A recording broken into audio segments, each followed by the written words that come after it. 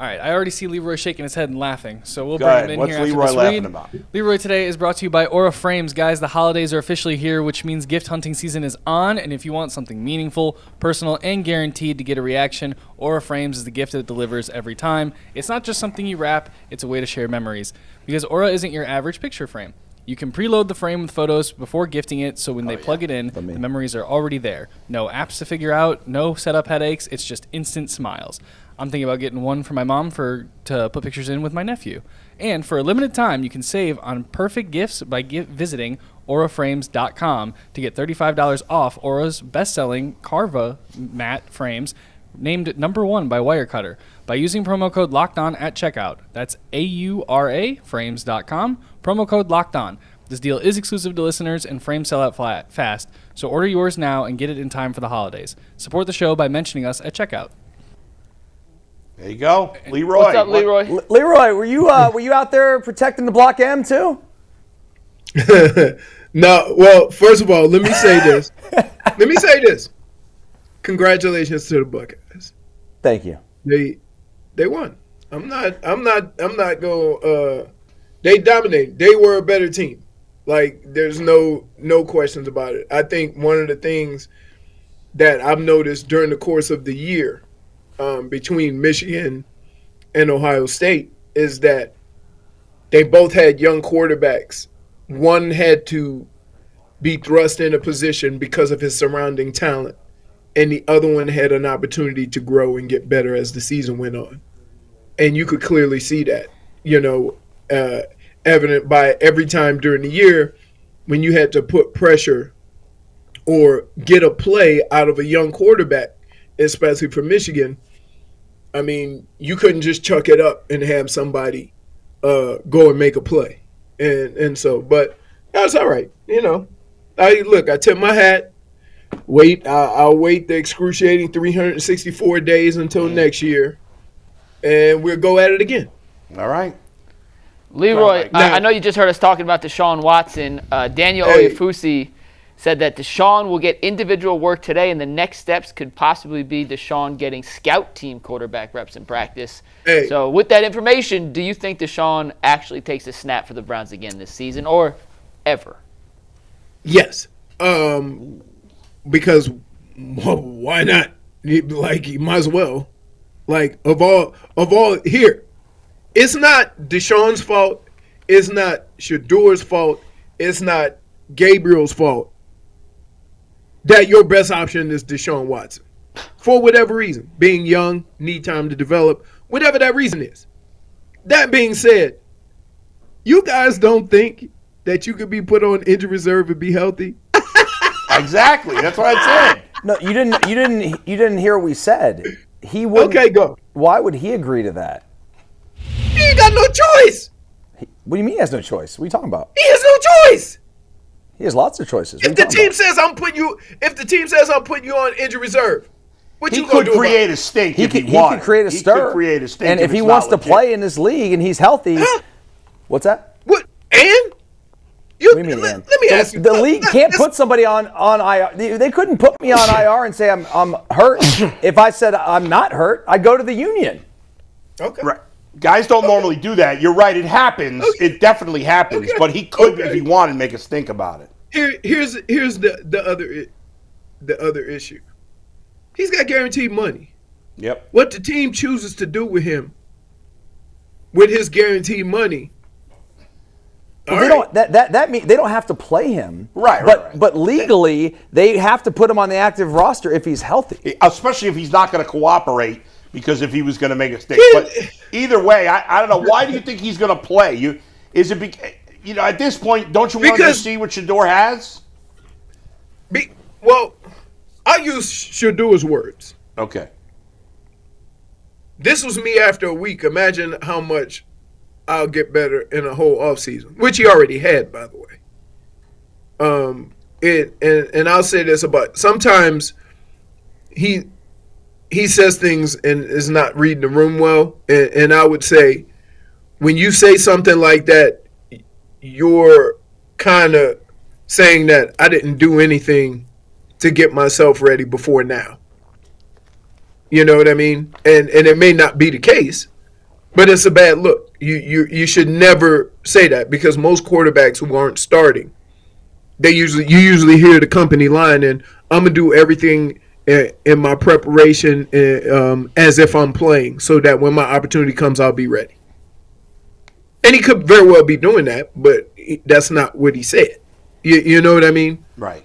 But if you look at your options, can anybody argue that Deshaun is not the best option? I mean, I guess at this point he's probably still the best. But what's the point? The season's over anyway. Don't you want to see the young guys play? If you tell me I got to win the games, I guess I'd go with Watson, even though I don't think he's good. Let's look throughout the landscape of the NFL and look at all the quarterbacks in the NFL that aren't playing for their original team. Right. And the reason why they're not is because of what you just said. Whether he's ready or not, let's see what he has. And he ends up ruining his opportunity to play on that team because he may not be ready to play. I don't care if it's a first-round pick. I don't care if it's a seventh-round pick. Like, if you're not ready, somebody's just saying throw him out there and see what he can do does not help if you're not there yet. So you don't think he's ready? Do you think he's not ready to play right now? I think he needs more structure in his quarterbacking, meaning that he can make plays, and he sometimes rolls around and makes great throws on the run. But I would say this is that you also have to learn how to drop back in the pocket, look the right way, make the right reads, and then throw the ball then. Mm-hmm. That's going to give you consistency in the league, not running around making plays. That tends to catch up to you. And so from that standpoint, like, without seeing him every day, I don't know where he is in that development. I just know that he's playing quarterback right now because they have no other quarterbacks. Do you think that Shedeur, if he were not Shadour Sanders and didn't wear number 12 and didn't say Sanders on the back of his jersey, would get criticized more or even less? I mean, would it be different if he weren't such a polarizing figure? I would say he would still be getting the same criticism. I think a lot of times they criticize some of the things that he says, and they're always quick to say that he's not his dad, right? Which is unfair to him because you don't know that he's just not being him, you know. And to make that, you know, to say that is not being fair to him. However, I think if he wasn't Shedeur Sanders, there's a lot of things that would happen here.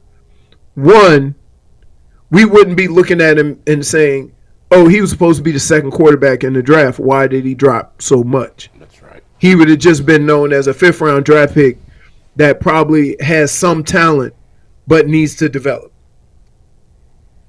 And I think that's part of the thing that hurts. Let's not, you know, it wasn't a conspiracy, okay? People saying he was going to be the second pick in the draft, I don't know that teams thought that. They were just talking heads saying that.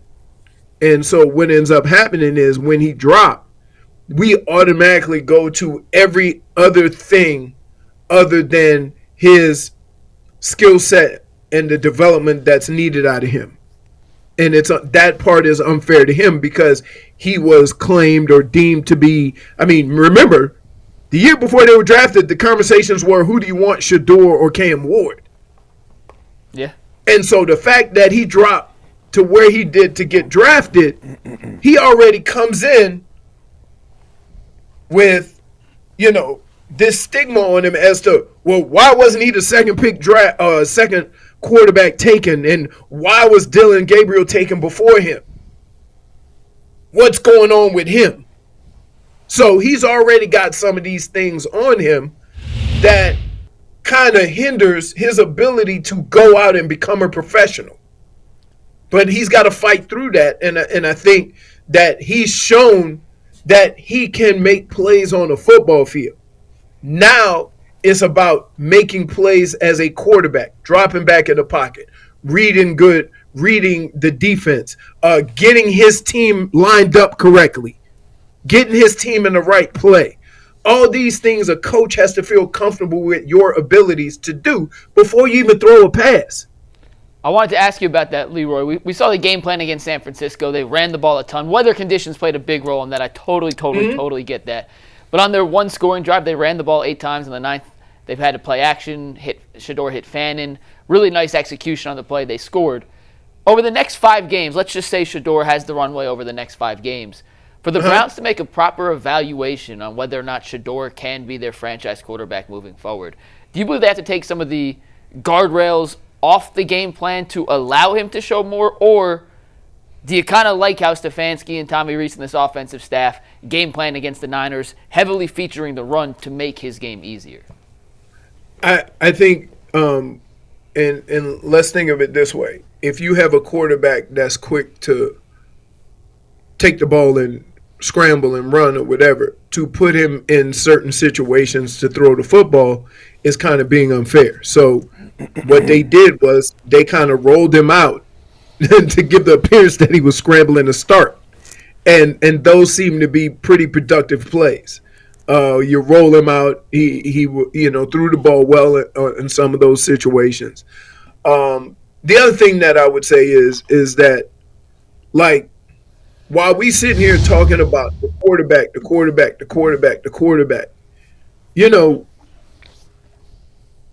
if you had guys that were getting open consistently and were out there catching the football and doing everything they could for your quarterback, it would help also. Like there's a lot of times during the game where if you watch the game, there's nobody getting open. There's no separation. Those throws become tight. And for a young quarterback, that's difficult to make that tight throw, when there's no separation, because the one thing you adjust from college to the NFL is that you're throwing guys open. And in college, you throw to open guys. And so, it's a learning curve for everybody that I think we all just need to just kind of understand. Could they open it up a little more? I hope, and this is not to see failure, but I hope that they put him in enough situations where he knows and he gets a feel for what he needs to work on. Right? Like, it's easy to turn on a film and slow the film down and stop the film and say, that's cover 2. Ooh, this is what I want to do in a meeting room. But when it's live, that cover 2 converting to cover 3 or cover 2 man under, all that stuff is happening in seconds. 2 or 3 seconds. So that's the part of it I want to see, and I want them to try to help him get through those moments. So does he need to drop back a little more? Yes. But I would also say that if you're having success running the ball, then don't do it to make a point. You're still trying to win a football game. And if that's what you're having success at, is running the football, play action, rolling him out, and that's working, then stay with it. Leroy, last thing, we're going to go to the defense. Myles Garrett, you wouldn't ask this question about any other player. He's got 19 sacks. The record's 22.5. They're playing the Titans, who make the Browns look like a Super Bowl contender. They have given up the most sacks in the league. Can Myles Garrett not only break the record, but could he break it this week with 4 sacks in this game with Tennessee? Yes. I don't make up the stats. Yeah. Like, if you're giving up the most sacks in the league and you got the sack leader and a guy who's unstoppable playing against them, I'm going to just put 2 and 2 together. I'm going to play the numbers. Absolutely. Yeah. What would you, go back to your playing career a minute. think about the great pass rushers that you had to deal with, because they're obviously you played against some great ones. But like, what's it like dealing with a guy like this? For running backs got to help out on these things sometimes.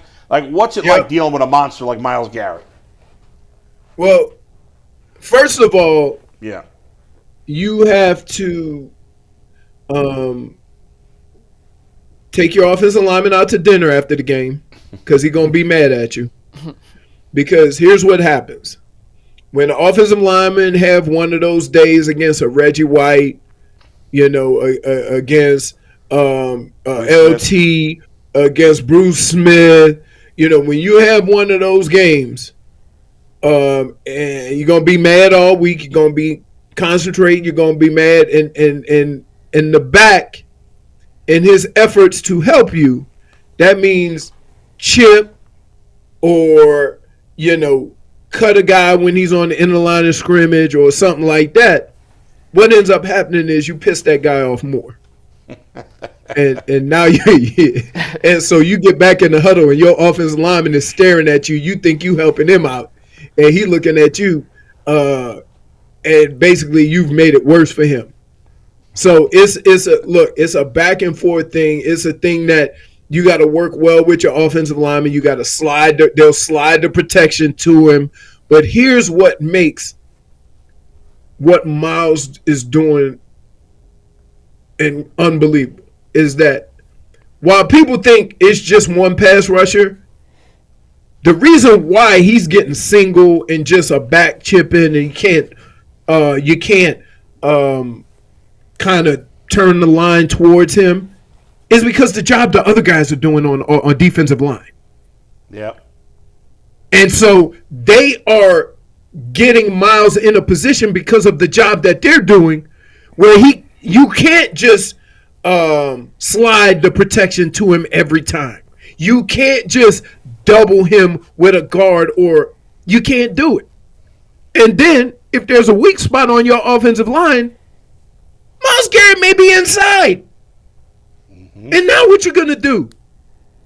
So they move him around. They create mismatches. The other guys on the defensive line have been handling their business to the point where if they go all out to block Myles Garrett, guess what? Somebody else is going to get a sack. So that's it. He's having a great year. He's going to have probably one of the greatest statistical defensive line years ever in the history of football. He's already there. He's already there. But here's the thing.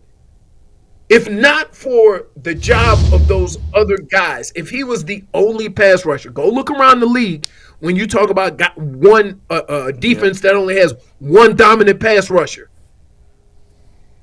He's not doing well. But with the work of all those other guys and what they're doing up front, like, it's unfortunate that they can't score. Because this is, over the last couple of years, one of the most dominant defenses that I've seen. They have nothing to show for it. Nothing. It's hard to believe. Leroy, we appreciate it as always, man. Have a good one. We'll talk to you soon. All right. I see you Dustin with your Ohio State stuff on. Ward, just for you, partner. Ward, just for you. Don't worry, I would do the same thing, brother. I would do the same. I know you too well. All right, Thanks, Leroy. brothers. Y'all have a good one. Leroy.